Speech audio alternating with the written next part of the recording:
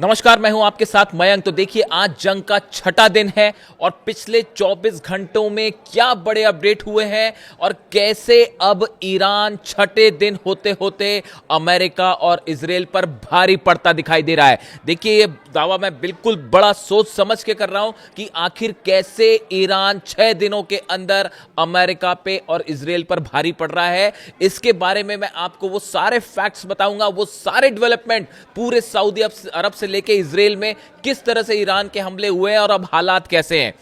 सबसे बड़ी खबर, जो बात मैंने कही कि ईरान भारी पड़ रहा है, इसका सबसे बड़ा और पहला सबूत, पहली खबर, अमेरिका के सेंट्रल कमांड ने, यानी कि वो कमांड जो कि ईरान पर हमलों को देख रही है, मॉनिटर कर रही है, वो अंजाम दे रही है। सेंट्रल कमांड की तरफ से पेंटागन से रिक्वेस्ट की गई है कि हमें और सैनिक चाहिए, हमें और हथियार चाहिए और ये जंग अब 100 दिनों से ज्यादा चल सकती है। डोनाल्ड ट्रंप कह रहे थे 4 हफ्ते में खत्म कर देंगे, पहले कहा जा रहा था 5 दिन में खत्म कर देंगे। अब अमेरिकी सेना का सेंट्रल कमांड ने पेंटागन को अमेरिका में रिक्वेस्ट भेजी है कि भैया और हथियार भेजिए, डिफेंस मिसाइल्स भेजिए, सैनिक भेजिए, सब कम पड़ गए। और कहा जा रहा है कि कम से कम 100 दिन तो अमेरिकी सैनिक मान के चल रहे हैं कि 3 महीने का हिसाब तो हो गया, कम से कम 3 महीना जंग चलेगी, ये सेंट्रल कमांड कह रहा है। यानी आप सोचिए, जब अमेरिका की, दूसरे शब्दों में हम कहें, अमेरिका की सेना ये मान चुकी है कि ईरान को रोकना नामुमकिन है। ये पहला सबूत इस बात का। अब देखिए, आगे बढ़ते हैं, पहले इजराइल की बात करते हैं। सेंट्रल इजराइल में ऐसी तबाही मची है जो शायद इजराइल के इतिहास में पहले कभी नहीं देखी गई। पहली जो स्ट्राइक कल रात को बताया जा रहा है कि करीब 40 मिसाइलें गिरी हैं इजराइल के ऊपर। मैं फायर करने वाली मिसाइल्स की बात नहीं कर रहा हूं, 40 मिसाइल्स जमीन पर गिरी हैं इजराइल में। और भयंकर तबाही किन किन इलाकों में, सेंट्रल इजराइल जो है वो तो निशाने पे है। सिर्फ तेल अवीव में 40 मिसाइल्स गिरी हैं। ऐसी बातें कही जा रही हैं कि तेल अवीव के ऊपर 40 मिसाइल स्ट्राइक हुई हैं। और इसमें अगर हम पिछले 48 घंटे की बात करें तो इजराइल में 1000 से ज्यादा इमारतें जो हैं वो तबाह हो चुकी हैं।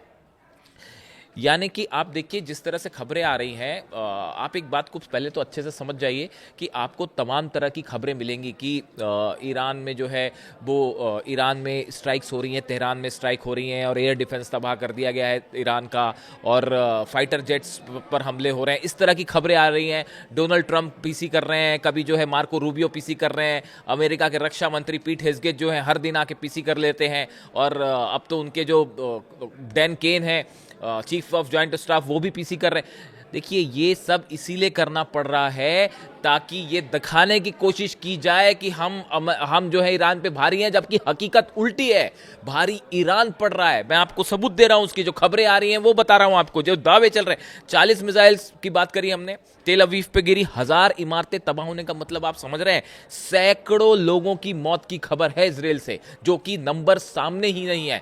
1000 इमारतें गिरेंगी, आप सोचिए उसका क्या अंजाम होगा। और 40 मिसाइल एक रात में बरस गई हैं। दावा हो रहा है 40 मिसाइल तेल अवीव और उसके आसपास कल गिरी है रात को। अब आप सोचिए कि कितनी बड़े स्तर पर, ये मैं तेल अवीव की बात कर रहा हूं, सिर्फ तेल अवीव में 40 मिसाइल गिरी है, बाकी को छोड़ दीजिए आप, हिसाब कहां पे क्या है। इमारतें धू धू कर जल रही हैं। जो तस्वीरें आ रही हैं, देखिए, कई तस्वीरें ऐसी हैं जो कि ऐसे सोर्सेज से आती हैं कि जब तक कंफर्म नहीं होती हम आपको नहीं दिखा सकते, क्योंकि एक क्रेडिबिलिटी होती है कि भाई हाँ, जब पुख्ता हो जाएगी तभी आपको दिखाएं। सही होती हैं तस्वीरें, लेकिन जब तक हम कंफर्म नहीं करते आपको दिखा नहीं पाते। सैकड़ों ऐसी इमारतें हैं तेल अवीव में जो रात भर जलती रहीं। अब आगे बढ़िए, सैकड़ों मौतों की खबर है, नंबर जैसी मेरे पास आएगा मैं आपको बताऊंगा। इसके अलावा 20 अमेरिकी बेस ऐसे हैं, पिछले 48 आवर्स में 20 अमेरिकी बेस ऐसे हैं मिडिल ईस्ट में जिस पर सीधी मिसाइल्स गिरी है, सीधा मिसाइल स्ट्राइक हुई है। और अमेरिका का डिफेंस सिस्टम पूरी तरह से नाकाम साबित हो रहा है, चाहे थार्ड हो चाहे पेट्रियट हो। हकीकत यह है कि अमेरिका के एक मिसाइल एक्सपर्ट है, मैं उनका बयान देख रहा था, उन्होंने ये कह दिया है, अमेरिकन फोर्सेस को बोल दिया है कि ईरान की हाइपरसोनिक मिसाइल्स को नहीं रोका जा सकता। अब 10,000 से 11,000 किलोमीटर प्रति घंटे की रफ्तार से अगर कोई मिसाइल गिर रही है तो उसको रोकना तो वैसे ही असंभव है। और वो उनकी तरफ से कह दिया गया है, मान के चल गए हैं वो, जिस तरह से मिसाइल्स गिरी, कि ईरान की मिसाइल्स को अमेरिका नहीं रोक सकता। नतीजा जो डिफेंस मिसाइल्स हैं एक तो वो भी खत्म हो रही हैं अमेरिका की। देखिए ये भी खबर है, ये दो तरफ से गेम चल रहा है, माइंड गेम चल रहा है। एक तरफ अमेरिका ये दावा कर रहा है कि ईरान की मिसाइल्स खत्म हो रही है। ईरान ने एक बड़ा प्लान तैयार किया है, कब कितनी मिसाइल फायर करनी है, कितना गैप देना है, कहां ड्रोन्स फायर करने हैं, कैसे इंटरसेप्टर मिसाइल्स खत्म करनी है। एक बड़ी स्ट्रेटजी होती है ये, ईरान की एक बड़ी स्ट्रेटजी रहती है कि भाई हम पहले ड्रोन्स और अपनी हल्की मिसाइल्स फायर करें ताकि इजराइल के और अमेरिका की जो इंटरसेप्टर है, हार्ड मिसाइल्स हैं, पेट्रियट हैं, ये खत्म हो। अरबों डॉलर्स की आती है मिसाइल्स, बहुत ही महंगी होती हैं जो थर्ड सिस्टम होता है, और इसकी एक मिसाइल मतलब करोड़ों का चूना। तो देखिए ये मिसाइल्स खत्म करने का एक प्रोसेस है जो कि इजराइल में ऑलरेडी बोला जा रहा है कि सिस्टम खत्म होने शुरू हो गए हैं। जैसे 12 दिन की जंग थी, इतनी मिसाइल्स बरसा दी गई हैं 6 दिनों के अंदर, आज छठा दिन है कि इजराइल का अभी से डिफेंस सिस्टम जो है वो गड़बड़ाने लग गया है। उसी का नतीजा है जो 40 मिसाइल्स गिरी हैं। अब आप देखिए कि ये उन्होंने कह दिया है कि मिसाइल्स रोकना मुश्किल है, एक्सपर्ट हैं अमेरिका के। इसके अलावा देखिए बहरीन में कल 4 मिसाइल्स गिरी हैं। अब मैं थोड़ा जल्दी जल्दी आपको बता रहा हूं क्योंकि लंबी फेहरिस्त है, ईरान ने जो नुकसान पहुंचाया है ना उसकी लंबी लिस्ट है, तो मैं जल्दी जल्दी बोलता हूं, आप बस ध्यान से सुनते जाइए। कल 4 मिसाइल्स गिरी हैं बहरीन में, क्लस्टर बॉम्ब्स उसमें लगे हुए थे और राजधानी मनामा जो है वो धुआं धुआं हो रखी है। बहरीन उन देशों में शामिल है जहां पे अमेरिकी जेट्स उतर रहे थे, अमेरिकी थार्ड सिस्टम्स उतर रहे थे, अमेरिकी अवाक्स उतर रहे थे। अब ईरान ने उसका ऐसा निपटारा किया है कि वहां पे जो है हालत खराब हो गई है। और 4 मिसाइल्स कल की कल गिरी हैं और सब में क्लस्टर बॉम्ब लगे थे, मतलब एक मिसाइल पड़ी और कई जगह पे जो है वो आग लगी और तबाही मची। इसके अलावा आगे बढ़िए, सैटेलाइट कम्युनिकेशन बहरीन का तबाह हो गया है, उसके ठीक ऊपर मिसाइल गिरी है। कम्युनिकेशन सिस्टम अगर तबाह हो जाए तो आपका पूरा कोऑर्डिनेशन एरिया में फेल हो जाता है। उसके ठीक ऊपर बहरीन में जो है वो ईरानी मिसाइल गिरी है। आगे बढ़िए, कतर में अर्ली वार्निंग रडार सिस्टम जो है पूरी तरह से तबाह है। 12 दिन की जंग हुई थी तब भी ये सिस्टम पर अटैक किया था ईरान ने, और एक बार फिर कतर में जो अर्ली वार्निंग एडवांस सिस्टम कहलाता है, ये वो सिस्टम है जो कि ये बताता है कि ईरान की मिसाइल्स आ रही हैं, ईरान के ड्रोन्स आ रहे हैं, ईरान का फाइटर जेट आ रहा है या अमेरिकी फाइटर जेट, पूरा कोऑर्डिनेशन करता है ये रडार अर्ली वार्निंग सिस्टम। इसके आधार पर ही इंटरसेप्शन होते हैं और बड़ा मिसाइल प्रोग्राम अमेरिका का चलता है। कतर में इसको मिसाइल से तबाह कर दिया गया है। इस रडार की तस्वीरें भी आपने देखी होंगी सोशल मीडिया पे, सीधा इस रडार के ऊपर मिसाइल गिरी है। अब आप देखिए, आप जब कतर में इतने आपके थार्ड लगे हुए हैं, कतर में कितने थार्ड सिस्टम लगे हुए हैं, उसके बावजूद रडार सिस्टम को नहीं बचा पाया अमेरिका। अगली खबर की तरफ आगे बढ़ते हैं। यूएई में थार्ड सिस्टम तबाह हो गया है। यह भी बताया जा रहा है कि यूएई में जो दुबई और अबू धाबी को बचाने के लिए जो अलग अलग थार्ड सिस्टम लगे हैं, उसमें से एक थार्ड सिस्टम जो है वो पूरी तरह मिसाइल अटैक में तबाह हुआ है। आगे बढ़िए, कल पहला मौका ऐसा था जब तुर्की पर मिसाइल तानी गई, तुर्की पर मिसाइल फायर की गई, उसको इंटरसेप्ट किया, लेकिन तुर्की पर मिसाइल फायर करना अपने आप में एक चैलेंज था। हालांकि तुर्की ने फिर विदेश मंत्री से बात भी की ईरान के।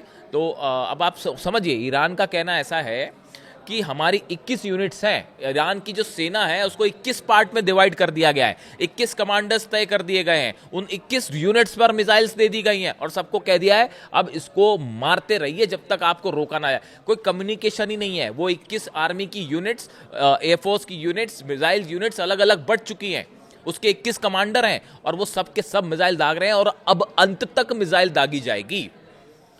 जब गलती की थी सुप्रीम लीडर पर हमला करने की तो नतीजा भी भुगतना पड़ेगा। अब ये ऑल आउट वॉर, ये इनसे कम्युनिकेशन ही नहीं है, वो फ्री हैं, फ्री हैंड है उनको कि आप मिसाइल मारिए, जो होगा देखा जाएगा।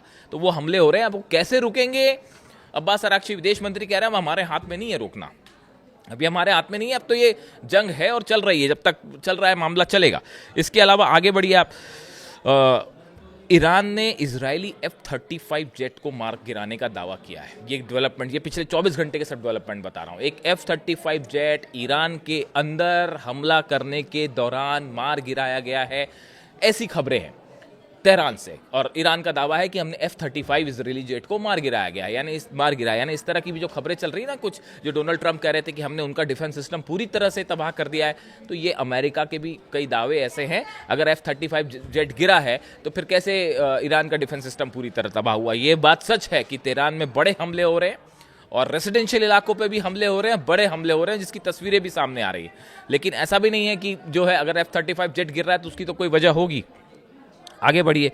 इसके अलावा बताया जा रहा है कि इराक में भी रडार सिस्टम पूरी तरह से तबाह है। पिछले 24 घंटे के अंदर इराक पर जो मिसाइल्स फायर की गई, उसमें से भी एक मिसाइल ने इराक में रडार सिस्टम को हिट किया। देखिए, मैं आपको बता रहा हूँ, इसमें बड़ी टेक्निकल इंपॉर्टेंस है इसका, कि थार्ड सिस्टम यूएई में तबाह हो जाता है, कतर में रडार तबाह हो जाता है, इराक में भी रडार सिस्टम को। आप देखिए किस प्रिसीजन के साथ जो है वो ईरान के अटैक हो रहे हैं।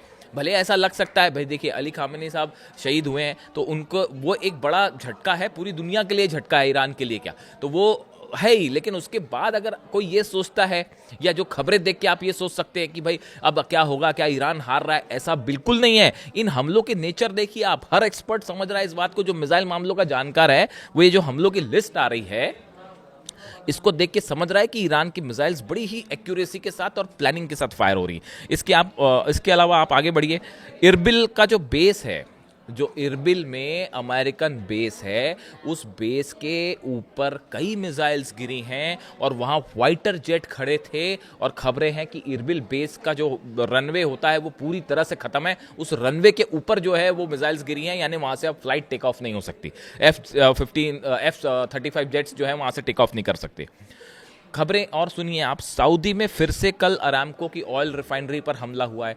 पहले हमला हुआ था 2 दिन पहले, आपने आग की तस्वीरें देखी होंगी, सबसे बड़ी रिफाइनरी सऊदी की धू धू के जल रही थी। अब उसके बाद जो है वहाँ पे कल फिर से हमला हुआ।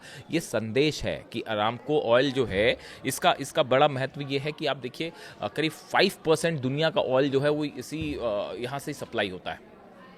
और अगर इसकी तबाही हो जाती है, इस एक ऑयल रिफाइनरी की तबाही हो जाती है, तो ऑयल प्राइस तेज़ी से आगे बढ़ने लगेंगे। तो ये अपने आप में एक बड़ा झटका होगा। इसके अलावा आप देखिए, सऊदी में प्रिंस सलमान की सुरक्षा बढ़ा दी गई है। सऊदी क्राउन प्रिंस की सुरक्षा अब तक की सबसे पुख्ता सुरक्षा व्यवस्था कर दी गई है। उन पर कभी भी हमला हो सकता है, इस तरह के इनपुट हैं, इस तरह की खबरें। इसके अलावा आप जॉर्डन में आ जाइए। जॉर्डन में बताया जा रहा है कि पिछले 24 घंटे के अंदर 5 बार ड्रोन अटैक हुए हैं, यानी 5 लेयर्स आई ड्रोन की। एक ग्रुप में कई सारे ड्रोन आते हैं, वो ईरान का तरीका है हमला करने का, कि एक साथ कई ड्रोन आते हैं, आप कितनों को रोकोगे, गिरने तय हैं। बताया जा रहा है कि 5 लहरें आई ड्रोन्स की, जिसने जॉर्डन पर बड़ी बेस पर बड़ा नुकसान पाया। जॉर्डन वही उन्हीं देशों में शामिल है जिसमें सबसे पहले जो है F-35, F-16 और अवाक्स और मान ना जाने क्या क्या तामझाम उतरे थे। अब उस बेस पे जो ऐसी तबाही मची है कि वो आप देखते रह जाएं, वहाँ की तस्वीरें आई। इसमें से बहुत सारी जानकारी आप, ये पहली बात तो जंग कब रुकेगी ये ही नहीं पता, किसी को नहीं पता जंग कब रुकेगी।